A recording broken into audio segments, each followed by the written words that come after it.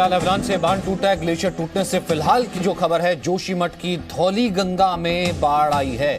धौली गंगा में बाढ़ की खबर है। ग्लेशियर टूटने से धौली गंगा में बाढ़ की खबर है। कर्णप्रयाग, श्रीनगर, रुद्रप्रयाग को खाली कराया गया है। हरिद्वार में गंगा के किनारे वाली जगहों को भी खाली कराने के निर्देश दिए गए हैं।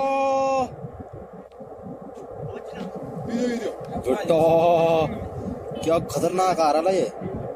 अरे जल्दी आ बड़ा ओ भाई साहब, अरे जल्दी आ बड़ा ओ भाई साहब,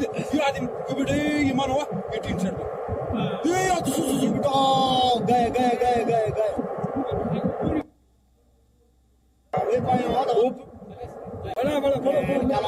ओ भाई साहब,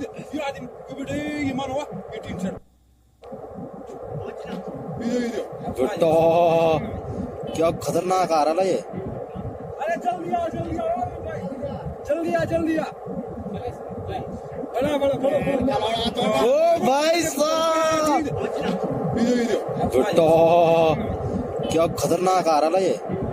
अरे जल्दी आ बड़ा ओ भाई साहब,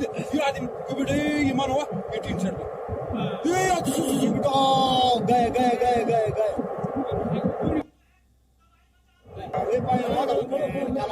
ओ भाई साहब,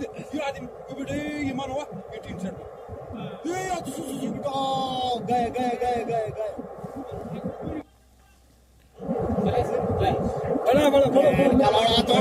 ये तस्वीरें अगर इस वक्त आप पहली बार देख रहे हैं, एक बार फिर से मैं दिखा दूं। हाँ, ये मैप जो है, ये मैप बहुत इंपॉर्टेंट है। ये मैप इस पर स्क्रीन पर आप रखिए, क्योंकि ये मैप बताने के लिए बहुत जरूरी है।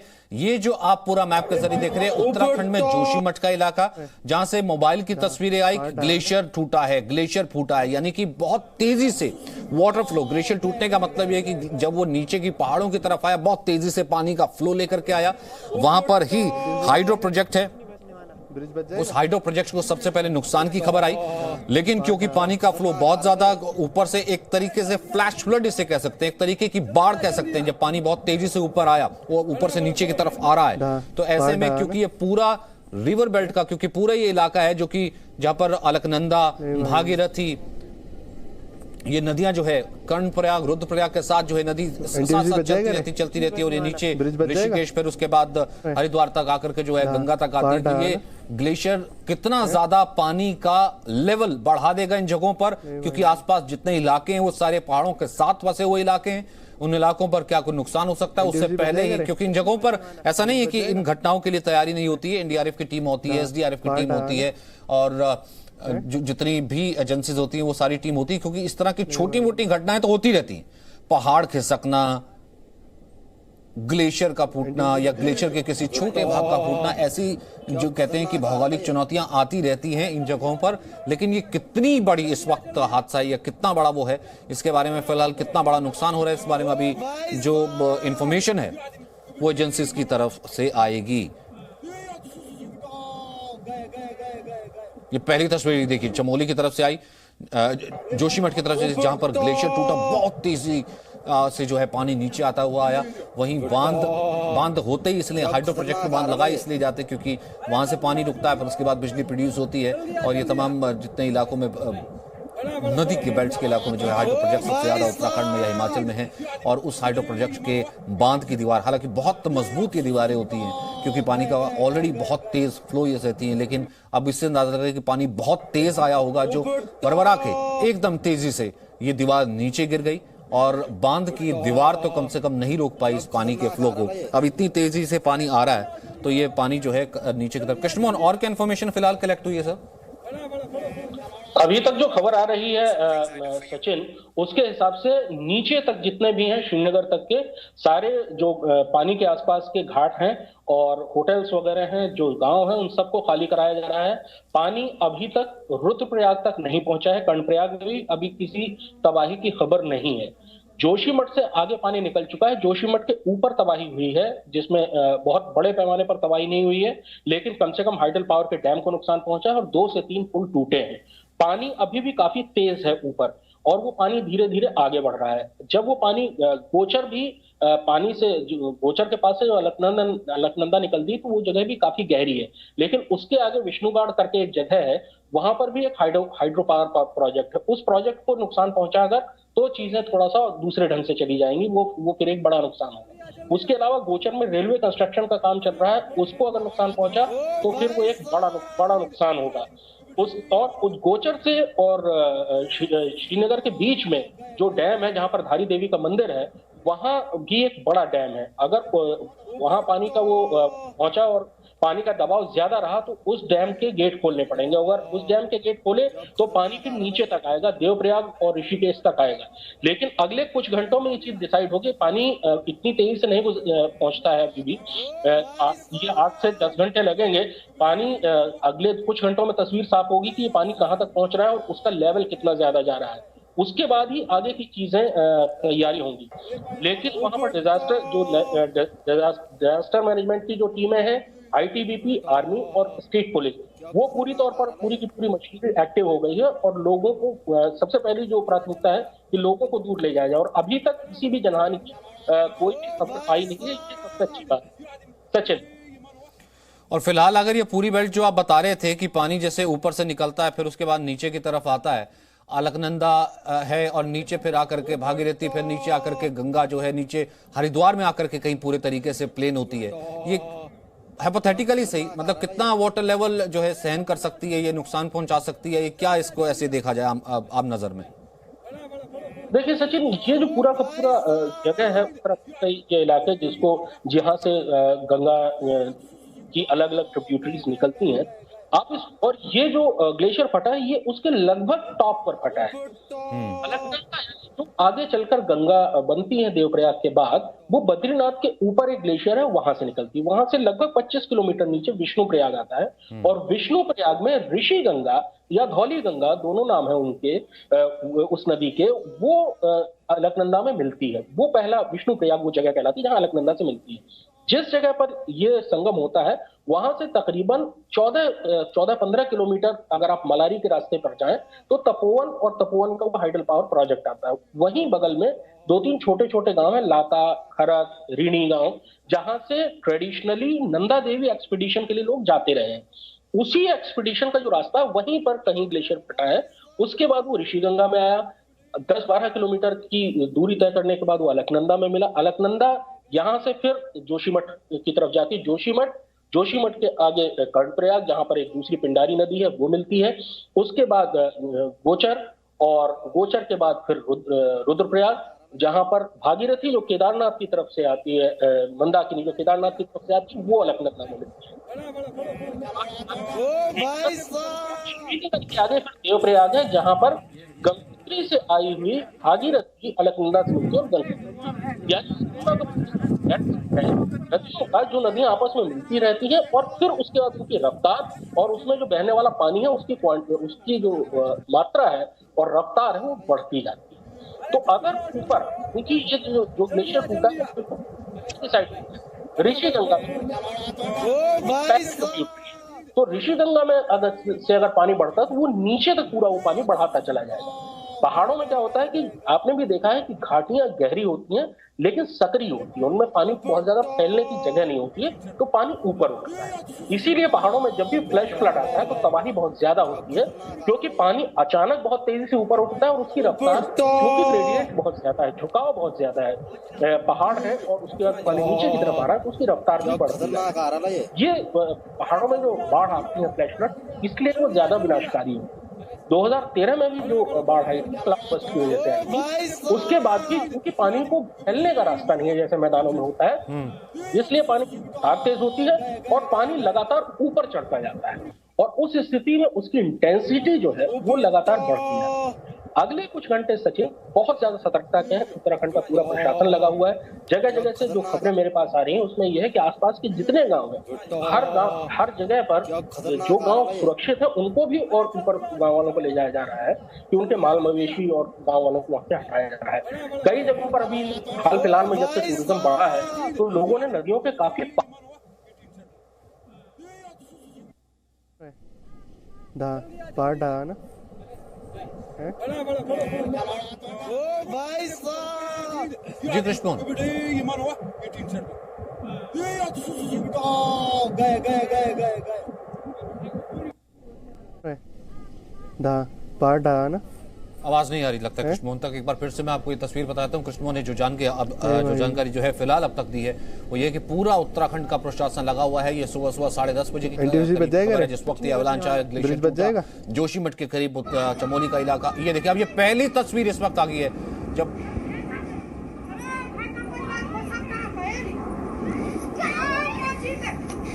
और ये फिलहाल पहली तस्वीर आई है। ये तपोवन की पहली तस्वीर बताई जा रही है जब ऊपर से आता हुआ पानी बहुत तेजी से, जब फ्लैश फ्लड की तरह ऊपर से आता हुआ पानी नीचे आया तो उसने हाइड्रो प्रोजेक्ट की उस दीवार को तोड़ दिया।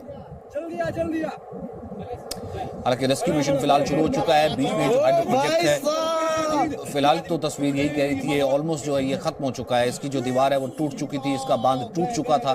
पानी बहुत तेज था। ये देखिए तपोवन की तस्वीर आई जब बहुत तेजी से जो है पानी नीचे की तरफ आया और ये तोड़ता आया। ये तपोवन पर बांध था और ये पानी नहीं रुका उससे भी, और ये पानी जो है उस बांध को ले डूबा। कृष्णमोहन जी सचिन, ये पहली ये जो तस्वीर आई है ये आई है तपोवन के पास की तस्वीर है। वहां पर जो बांध बना हुआ था उस बांध को पानी, बल्कि उस बांध को इतनी जैसे कहते हैं कि हाउस ऑफ कार्ड्स की तरह, ताश के पत्तों की तरह उड़ाता हुआ ये पानी जाता दिख रहा है। ये हाइडल पावर प्रोजेक्ट जो था बहुत ही महत्वाकांक्षी प्रोजेक्ट है। तपोवन जोशीमठ से मलारी के रास्ते में तकरीबन 15 से 20 किलोमीटर पड़ता है और ये काफी इस जगह को काफी अच्छे से डेवलप किया गया है। पानी की रफ्तार क्योंकि पहाड़ों में बहुत ज्यादा होती है इसलिए पहाड़ों में पानी से बिजली बनाने के बहुत सारे प्रोजेक्ट इस बीच बनाए गए हैं। ये रास्ता ही आगे जाकर LAC की तरफ जाता है, जो एक नीति पास है और उसके बगल में बाराहोती ग्राउंड है जहां पर चीनी सैनिकों के साथ भिड़ंत की खबरें आप अक्सर सुनते रहते हैं। ये इलाका Nanda Devi bio forest reserve है, उसका इलाका है ये। तपोवन के पास जो ये हाइड्रो पावर प्रोजेक्ट है ये काफी बड़ा प्रोजेक्ट है और उसके इसको सबसे पहले जिसकी सुबह सबसे पहले जो खबर आई थी कि यहाँ का बांध टूट गया है वो यही बांध है। हाइड्रो पावर प्रोजेक्ट में का बहुत साधारण तकनीक होती है कि उसमें पानी को बांध बनाकर रोका जाता है। तो जब भी पानी का बहाव अचानक तेज होगा और पानी के जो गेट है स्लश गेट उनको खोलने से भी अगर वो पानी कंट्रोल नहीं होगा तो वो पानी का दबाव जो है वो बांध को तोड़ देता है। यहाँ यही स्थिति हुई और आप इन तस्वीरों में आपको साफ समझ में आ रहा होगा कि ये दबाव कितना ज्यादा रहा होगा और इसी से ये आशंका हो रही है कि शायद पानी बहुत ज्यादा है और अगर पानी बहुत ज्यादा हो ये पानी की रफ्तार और तादाद कम नहीं होती है तो ये नीचे तक आएगा। नीचे कम से कम 2 हाइड्रो पावर प्रोजेक्ट इसके रास्ते में अभी और पड़ते हैं। उन हाइड्रो पावर प्रोजेक्ट्स को अगर नुकसान पहुंचेगा, उनके डैम टूटे तो वो पानी और बढ़ेगा। सबसे बड़ा खतरा लेकिन इस समय यही है कि ये समझ लीजिए स्नोबॉल इफेक्ट की तरह जाएगा। अभी इसने एक डैम तोड़ा है, इसके आगे विष्णुघाट के पास एक हाइड्रो पावर प्रोजेक्ट है, उसके बाद श्रीनगर जो कस्बा शहर है उससे ठीक पहले एक और डैम है। ये 2 डैम इसके रास्ते में पड़ते हैं और अगर इन दोनों डैमों को नुकसान पहुंचा तो बहुत बड़ी तादाद में पानी वहां से श्रीनगर से आगे की तरफ आएगा और वो फिर और नीचे तक आएगा। लेकिन अभी इसमें कुछ घंटे लगेंगे ये पता लगने में कि क्या पानी वहां तक पहुंचता है और वो पानी क्या मैनेज हो पाता है या उसकी जो दबाव है इतना ज्यादा है कि वो मैनेज नहीं हो पाता। और अगर ऐसा हुआ तो ये त्रासदी थोड़ी सी बड़ी हो जाएगी। प्रमोद कह रहे हैं उनके पास भी कुछ और इन्फॉर्मेशन है। प्रमोद, क्या और इन्फॉर्मेशन आपके पास है?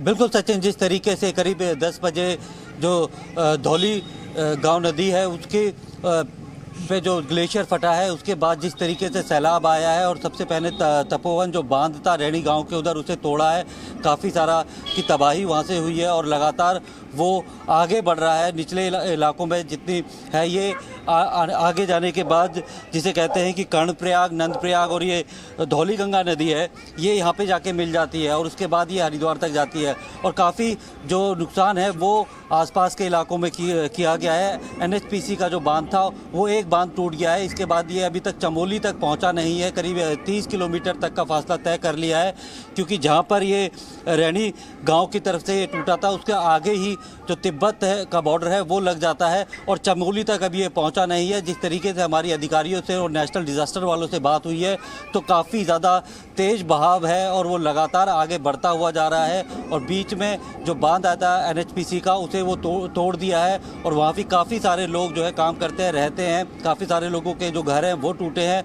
तो ऐसे में अभी आशंका जताई जा रही है कि काफ़ी ज़्यादा नुकसान हो सकता है और हरिद्वार तक जो है हाई अलर्ट घोषित कर दिया गया है, क्योंकि श्रीनगर जो एक जगह पड़ती है और नदी के आसपास के पे काफ़ी सारे होटल्स हैं या फिर जो घर है उन्हें खाली कराने का काम किया जा रहा है। जो स्टेट की जो डिज़ास्टर मैनेजमेंट है उनको हाई अलर्ट पे रखा है। पुलिस और जितनी भी एजेंसीज़ हैं उनको हाई अलर्ट पे रखा है कि जिस तरीके से 10 बजे के करीब अचानक ग्लेशियर फटने की वजह से या फिर बादल फटने की वजह से हुआ, लेकिन अभी सबसे पहले जो है रेस्क्यू ऑपरेशन किया जा रहा है कि जो लोग भी निचले इलाकों में हैं उन्हें फ़ौरन वहाँ से वो इलाके खाली कराए जाए, क्योंकि बहाव जो है वो काफ़ी ज़्यादा तेज़ है। और अभी चमोली तक जब वो पहुँचेगा और उसके बाद जो नदियाँ मिलती है देवप्रयाग, नंदप्रयाग और कर्णप्रयाग, वहाँ से मिलने के बाद ये हरिद्वार की तरफ आता है। तो ऐसे में अभी उसका जो प्रेशर है या फिर कहते हैं बहाव है वो कैसे कम होगा, या बीच में जो और बांध पड़ते हैं वो उन्हें रोक पाएंगे नहीं पाएंगे, ये सबसे बड़ी चिंता की बात है। और अभी तक कैजुअलिटी कितनी है इसका कोई अनुमान नहीं है, लेकिन जितने भी एजेंसी से हमारी बात हुई है उनका साफ कहना है कि कैजुअलिटीज़ काफ़ी ज़्यादा हो सकती है, क्योंकि अभी बर्फ़बारी वहाँ हुई थी तो ऊपरी इलाकों से लोग जो है निचले इलाकों में आ जाते हैं और ऐसे में जो बहाव है और जो सैलाब है वो काफ़ी ज़्यादा तेज़ है और काफ़ी घरों को और जो नदी किनारे बने होटल हैं वो भी इसकी जद में आ सकते हैं। फिलहाल रेस्क्यू ऑपरेशन किया जा रहा है, जहाँ पे ये होके गुजर गया वहाँ से लोगों को निकाला जा रहा है और जहाँ ये पहुँच सकता है उसे पहले ही खाली कराने की कवायद चल रही है और तमाम जो एजेंसी है उन्हें हाई अलर्ट पे रखा गया है। सचिन, आपकी कहीं बात हुई किसी से जोशीमठ या जोशीमठ की तरफ या फिर और जो बाकी जो जिसमें रास्ते पड़ते हैं कर्णप्रयाग, रुद्रप्रयाग, या कहीं और आपकी बात हुई हो, श्रीनगर आपकी बात हुई हो, जो फिलहाल जैसे मैं कहूँ कि कुछ ऐसे जगह हैं जहाँ पर कुछ ऑफिसेज हैं, हेडक्वार्टर्स हैं?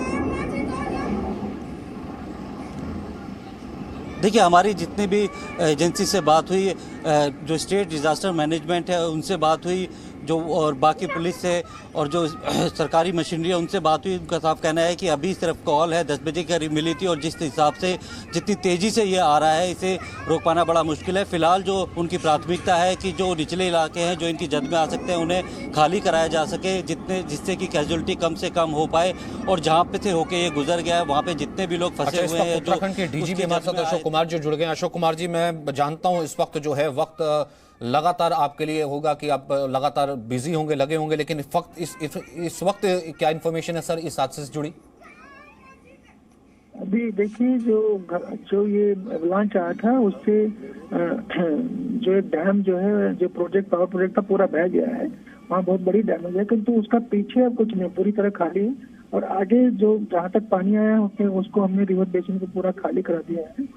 तो वहाँ जो है वहाँ पे डैमेज को कंट्रोल किया जा रहा है, किंतु वहाँ जहाँ पावर प्रोजेक्ट है वहाँ बड़ी डैमेज हुई है। बड़ी डैमेज पावर प्रोजेक्ट, बड़ी damage in the sense of power project हुई है या बड़ी डैमेज सर और बाकी जो आस पड़ोस के जो, क्योंकि वहाँ पर कोई रिहायशी इलाके भी हैं, किस तरह की पॉपुलेशन? वहाँ पे भी ह्यूमन लाइफ का लॉस है। अच्छा, ह्यूमन लाइफ का लॉस है वहाँ पर सर। और फिलहाल ये हाँ, तो वहाँ पे ह्यूमन लाइफ का लॉस है, पर वो पावर प्रोजेक्ट वाला को, उसके आसपास और कोई ज्यादा लोग नहीं थे, किंतु पावर प्रोजेक्ट का बड़ा लॉस है।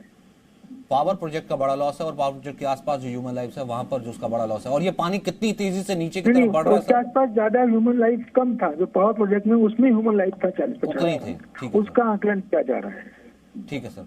और फिलहाल सर कितनी बड़ी फिलहाल ये चिंता या कितनी बड़ी हम ये कहते हैं अलर्ट है बाकी जो नीचे टेरेन आ रही है रुद्रप्रयाग, कर्णप्रयाग, जोशीमठ से नीचे की तरफ, अब जैसे ये पूरा पानी नीचे आएगा तो इसको Ashok ji, Ashok sir, hello, Ashok sir, मैं ये कह रहा हूँ कि ये कितना बड़ा नुकसान, कितना बड़ा अलर्ट, फिलहाल खतरा अभी बढ़ा हुआ है कि ये पानी जो है रुद्रप्रयाग, कर्णप्रयाग, जोशीमठ ये नीचे चमोली की तरफ अगर मेरे फोटो में हटा दिया। अशोक जी आवाज आ रही? क्या पूछ रहे हैं? मैं ये कह रहा हूँ कि अभी क्योंकि पानी जब नीचे की तरफ आ रहा है, पहाड़ से पानी बहुत तेजी की तरफ नीचे की तरफ आता है और ये बहुत खतरनाक तरीके से दिखता है, कितना बड़ा खतरा है वो कर्णप्रयाग तक आ गया हमारा। जितना बरसातों में पानी आता है उतना है पानी, हमने सबको पूरे रिवर बेसिन को खाली करा दिया है। तो आकलन कर लिया तो वहाँ ज्यादा संभावना वहाँ कम है, वहाँ नहीं डैमेज की संभावना है थोड़ी बहुत, बट बहुत ज्यादा की संभावना कम है क्योंकि हमने काफी अलर्ट करा दिया। नीचे आज राफ्टिंग भी बंद करा दी है, तो वो सब अलर्ट कर रहे हैं। तो यानी कि बीच में रास्ते में जो पुल आते हैं या 2 हाइड्रो प्रोजेक्ट आते हैं वो क्या फिलहाल सुरक्षित है? वहां से पानी गुजर चुका है सर? अब कर्णप्रयाग तक आया है, अभी नीचे भी आएगा, ऋषिकेश तक आएगा, तो देखेंगे। कर्णप्रयाग तक का हमें आइडिया हुआ है। अच्छा सर, हाँ जी। और कर्णप्रयाग तक सर ये सर कितना बड़ा नुकसान है, कितना बड़ा ग्लेशियर फूटा, मतलब जो लोकल बहुत बड़ा ग्लेशियर टूटा है, तभी पूरा बहुत बह गया है वहाँ पूरा कंप्लीट लॉस है। और वहाँ सिल्ट है इस टाइम पूरी, उसके पीछे कोई नया वो नहीं है कि बादल फट गया और नया पानी आ रहा। ठीक है। अच्छा, कुछ लोगों ने, जैसे बहुत से लोग जो पहाड़ों से वाकिफ नहीं है, वो उन्होंने तो सिर्फ 2013 वाली त्रासदी देखी केदारनाथ की जब बादल फटा था, क्योंकि वो एक पूरा एरिया में लंबी बारिश का स्पेल था, ये उस रूप में नहीं है। और ये खतरा क्या नीचे हरिद्वार तक है सर? नहीं, ये जो पानी बढ़ा है वो तो हरिद्वार तक आएगा, पर मुझे लगता है उसका जो डैमेज की क्षमता हरिद्वार तक आते आते कम हो जाएगी। और ये कितने घंटे आगे क्रूशल है सर? हाँ, अगले और 5-6 घंटे में तो मेरे ख्याल से पहुंच जाएगा हरिद्वार तक, ऋषिकेश हरिद्वार तक। और वो रास्ता या वो मार्ग जो है, वो हमारे पास इतना अलर्ट है कि वो मार्ग आइडेंटिफाई कर लिया गया कि उसके रास्ते में अगर कोई ह्यूमन पॉपुलेशन पूरे हमने राफ्टिंग बंद करा दी है, पूरी गंगा बेसिन को अलर्ट कर दिया, वहाँ से सब लोगों को हटवा दिया है। तो मुझे लगता है आगे जो है डैमेज का वो एक्सटेंट कम रहेगा। यानी कि हम ये कह सकते हैं फिलहाल का डैमेज वही अभी हाइड्रो प्रोजेक्ट वाला ही सामने आया है। मेजर वही है, बाकी है थोड़ा बहुत, पर वो ज्यादा नहीं। मेजर डैमेज वहीं पे, उसी पॉइंट पे जहाँ अवलांच आया है, जहाँ ये अवलांच आया मेजर वहीं पर हुआ है सर। और जो आसपास के इलाके आपने कहा कि वहां पर ऑलरेडी अलर्ट है, और जो आपके एजेंसीज और जो आपकी टीमें हैं सर, वो ऑलरेडी जो है रेस्क्यू और लगी हुई पहुंच गई है, रेस्क्यू में लग गई है, ऑलरेडी लग गई जी। और फिलहाल प्राथमिकता क्या है सर कि अब कुछ लोग फंसे भी हो सकते हैं, क्या वहाँ पर ह्यूमन लाइव्स हैं, गाँव है? नया लॉस बचा है, पुराना जो लॉस हुआ उसको जल्दी से वो करें, मतलब उसको अगर कोई उसमें कोई घायल है तो उनकी लाइफ और बचाएं, यही है पहली प्राथमिकता। ये कितने बजे की घटना है सर सुबह की? अब एग्जैक्ट टाइम तो नहीं पता, 11 के आसपास कह सकते हैं, एग्जैक्ट टाइम तो और पता चलेगा। फेसबुक पोस्ट कितने बजे से जो मैं आपको बता देंगे, थोड़ी देर में बताएंगे। ठीक है सर, थैंक यू सर हमसे बात करने के लिए। अशोक कुमार, डीजीपी उत्तराखंड, जिन्होंने तफसील से इन्फॉर्मेशन दी। लगभग 10, साढ़े 10, 11 बजे की करीब की घटना है। फिलहाल इनका ये कहना है कि ये कर्णप्रयाग तक पानी पहुंचा है, कर्णप्रयाग तक पानी पहुंचा है और उसके बाद का जो इलाका है उसे अलर्ट पर कर दिया गया है। ऑलरेडी हमने कंट्रोल कर लिया है, ऑलरेडी आसपास की जगहों को हम खाली करवा ले हैं। वहीं दूसरी जो इन्होंने एक बड़ी बात कही कि जो हाइड्रो प्रोजेक्ट है वो पूरे तरीके से तबाह हो गया और वहां पर ह्यूमन लाइव्स के लॉस का भी अनुमान है। लेकिन आस पड़ोस में जो ह्यूमन लाइव्स है, यानी कि आस पड़ोस में जो कोई पॉपुलेशन नहीं है सच रहती है, वही हाइड्रो प्रोजेक्ट से जुड़े जो लोग हैं वही वहाँ पर रहे होंगे। फिलहाल ऐसा कहना है डीजीपी साहब का, और उनसे जुड़ी लाइफ के नुकसान की आशंका है। बांध इस बहाव को नहीं रोक सका, बहुत तेज़ी से बहाव आया और फिलहाल क्योंकि हरिद्वार तक इसका इम्पैक्ट आएगा और उसका वाटर लेवल जो है गंगा का वो बढ़ेगा। लेकिन फिलहाल कोशिश ये है कि आगे ये और कोई नुकसान ना कर पाए।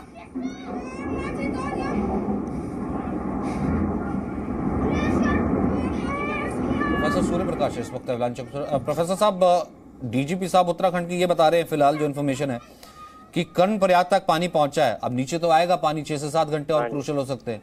सर कितनी अभी इसको कैसे फिर मैं डैमेज को जिसे कहते हैं असेस करूं? तो क्या खतरनाक आ रहा है ये। हाँ जी, ऐसा है, देखिए डैमेज तो होगा जो भी नदी किनारे के जिस रास्ते से पानी जाता है वो जो बैंक्स हैं वो इरोड होंगे, उसकी वजह से ढाल भी अस्थिर हो सकते हैं।